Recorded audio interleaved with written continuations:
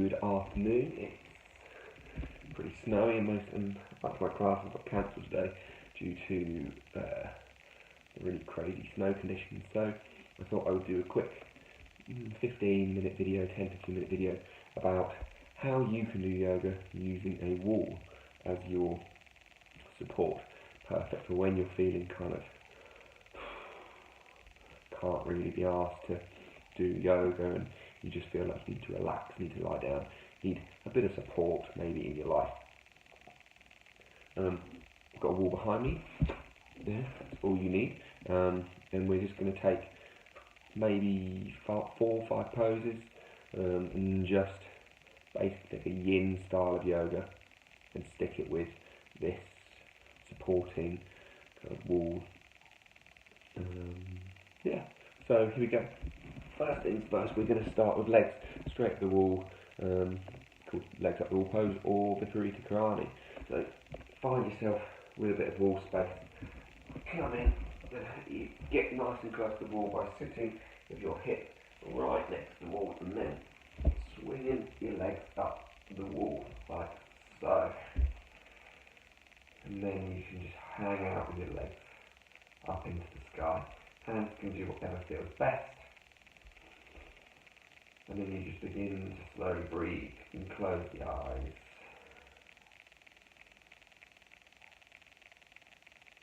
Begin to see if you can count in for a count of 5 seconds and breathe out for a count of 5 seconds.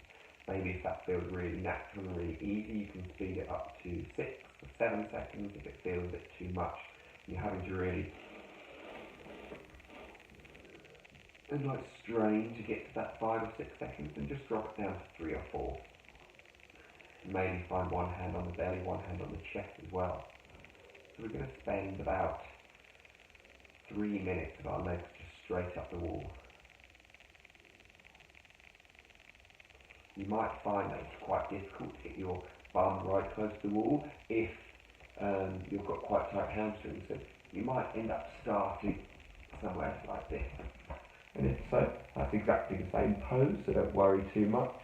Just start here and allow that tension to gently disappear. And as you find it disappears, you can maybe just shuffle your bum further in towards the wall. Find that nice comfortable place for you and bring the breath back to the nostrils.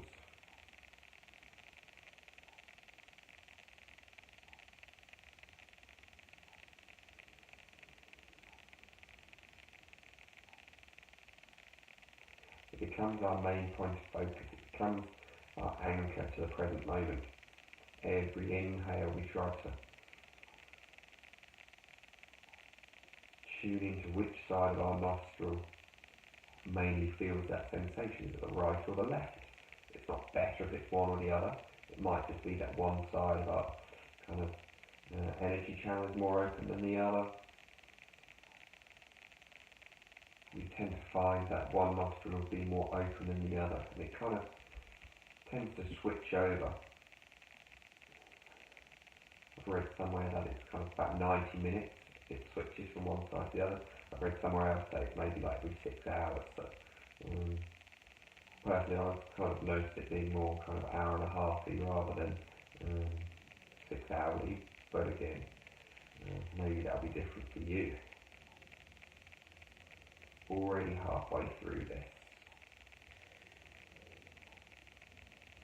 Allowing some of the pressure and the tension to fall away from the feet. As you've seen maybe in my pre-bed video, this is a really good pose before you go to bed. Helps just to calm everything down, helps to take some of the pressure off, some of the blood pressure away from the legs and shift that back. So all of a sudden, you're now allowing the blood to be drawn back through the venous system easier. Those valves are having to do less work.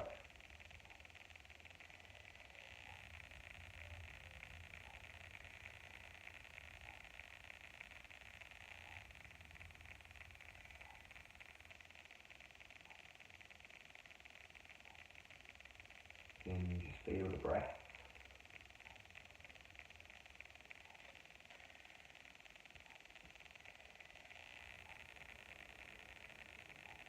As you exhale, you feel it cool, feel it warm washing back out through the nostrils. You try to find that with each inhale, you draw the breath all the way down into the belly, into the back, into the side bodies, into the ribs, into the sternum. Then as you exhale, the sternum, the collarbones, the ribs, they all begin to fall down first. Finally, that lower back begins to soften as that belly begins to draw back in towards your spine into the last 20 seconds of this pose.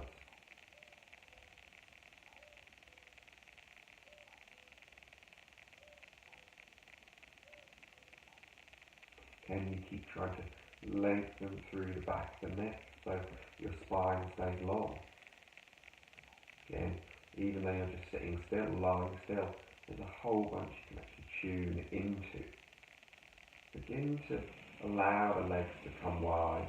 Now it might be that if you need to, you could find either a strap or maybe a couple of cushions or bolsters under your legs to hold them up. But just play with what feels right to you. Again, if you need to, maybe you find a soft bend in the knee as well. That's completely normal, and it's a nice way to sometimes take the pressure out from behind the knee if you need to. So it's going to be here for about 2 minutes. Again, we reset that neck. We move the breath in through the nostrils, down towards the belly, and then out.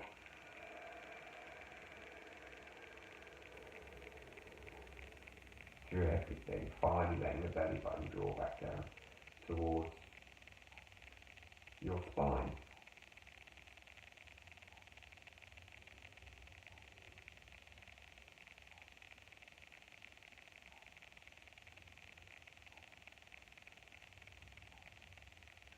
And you'll probably find that when you're just in these still positions, just watching the breath, that you notice that your mind walks and wanders a million billion times a second. You're constantly thinking about your supper and wanting to go out and play in the snow, or just maybe how annoying the snow is and how you're having to cancel your plans because of it. And that's fine. Notice those thoughts. Come back to the breath on the nostrils. Feel the belly expanding. And exhaling. And let those thoughts go.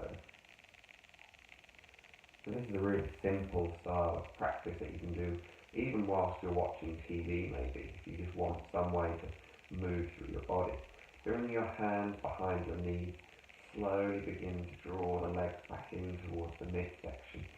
Find the blades of the feet come together and just drop the feet down in towards that kind of butterfly type pose. And you can kind of play with different heights depending on what feels right to you. Maybe the hands support your legs a little bit, might be quite nice too. Or maybe the feet drop all the way down in towards your pelvis and you hang out there. Maybe your knees don't have to touch the wall, that's not the end goal. There is no end goal as far as what the position looks like. All you're finding is a sensation, and you're tuning into those sensations. All of these positions, every single yoga pose you ever do, is all just about you exploring your body in space. As you begin to find and understand with greater awareness what your body is capable of, how it moves, where you're stiff, where you're holding physical and emotional tensions, the more they're going to begin to drift away. The more you label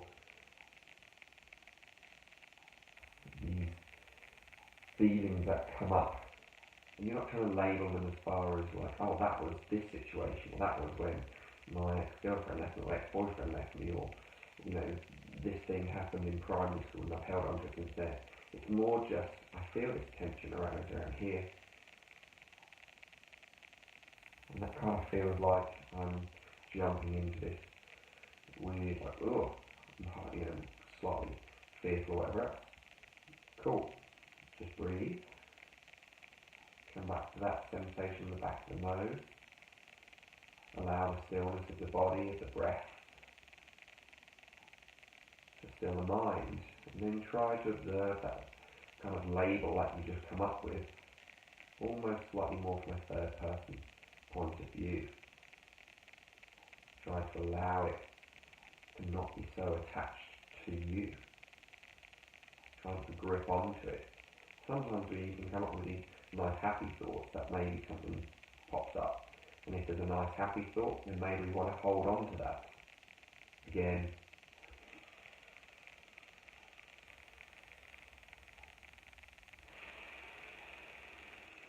breathe and let it go. Good, bad, happy, sad, let it all drift away. Slowly begin to support the knees, bring them back towards the midline and bring the legs up.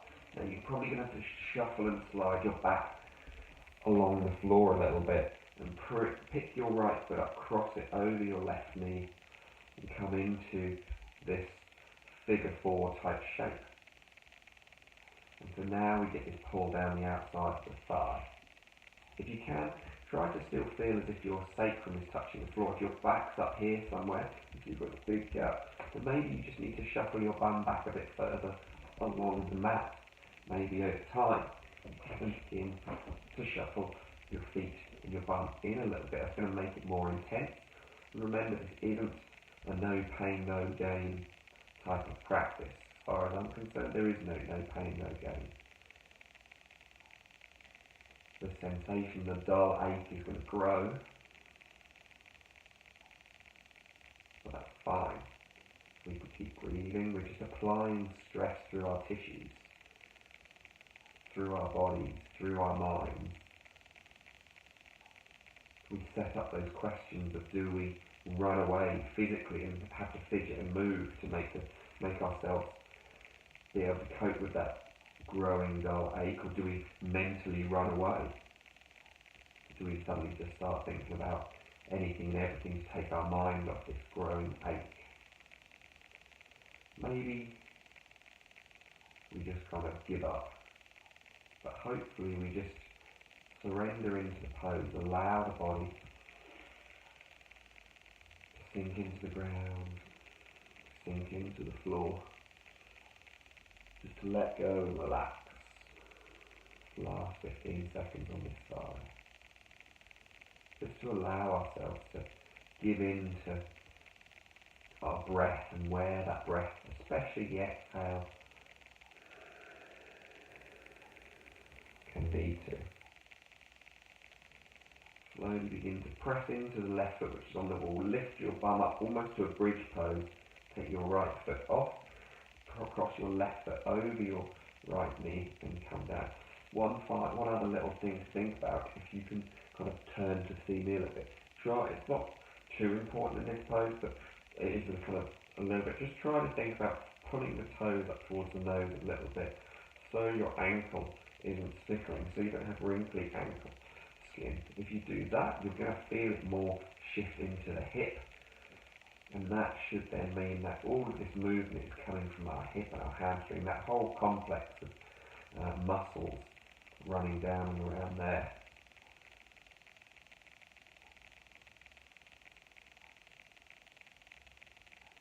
But try to notice how this position our leg is in. Yes, we maybe feel on the outside of the thigh mainly, but does it affect anything else? Does it change how your back feels? Maybe once we move out of the pose, then you'll begin to really notice.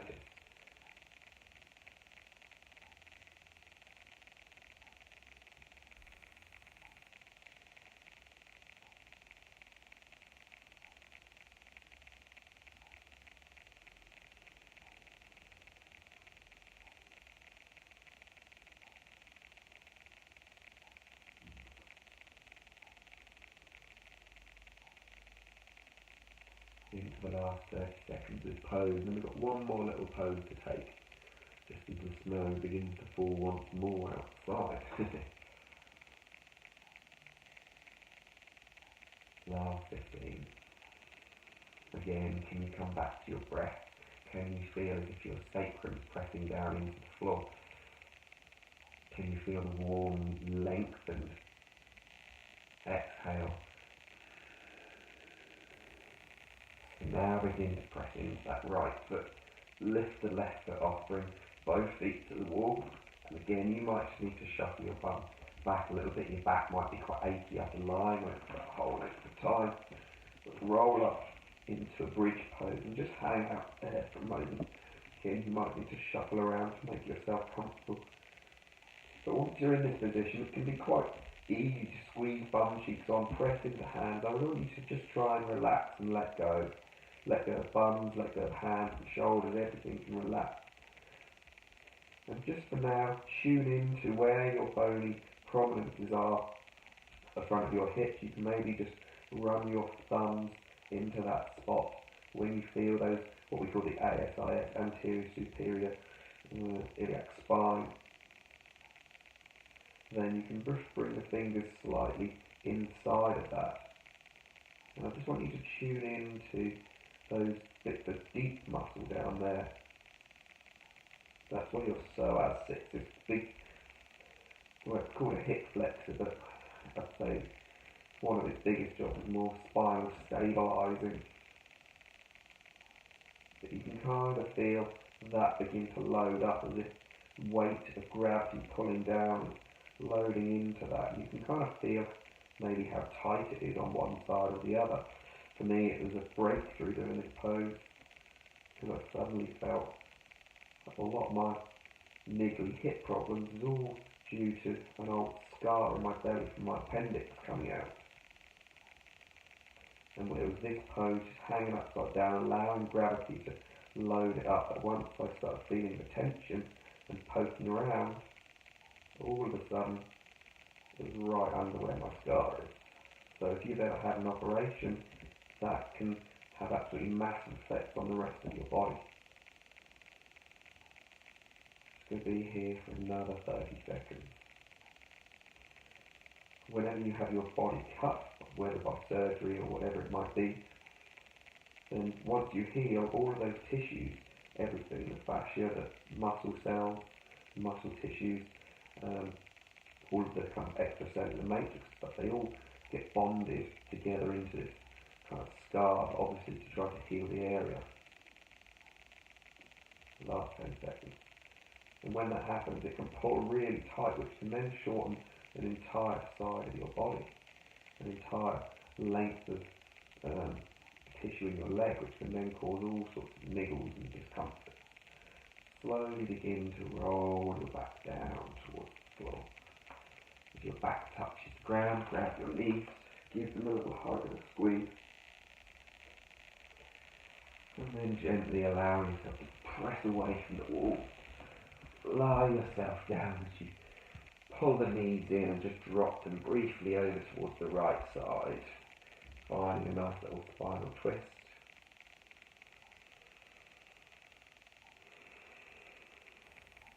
Inhale them back, and then take them over towards the left side. Again, another nice little spinal twist. Inhale them back to centre. Just find yourself sitting up. Lovely. Well, I hope that was all okay for you. That was actually 20 minutes in total. So, yeah, let me know what you think. If you've got any questions, then shoot them over. If you want to suggest any particular classes that you like, again, feel free to shoot it over and I'll put one online for you. Have a great day, and if you're in the...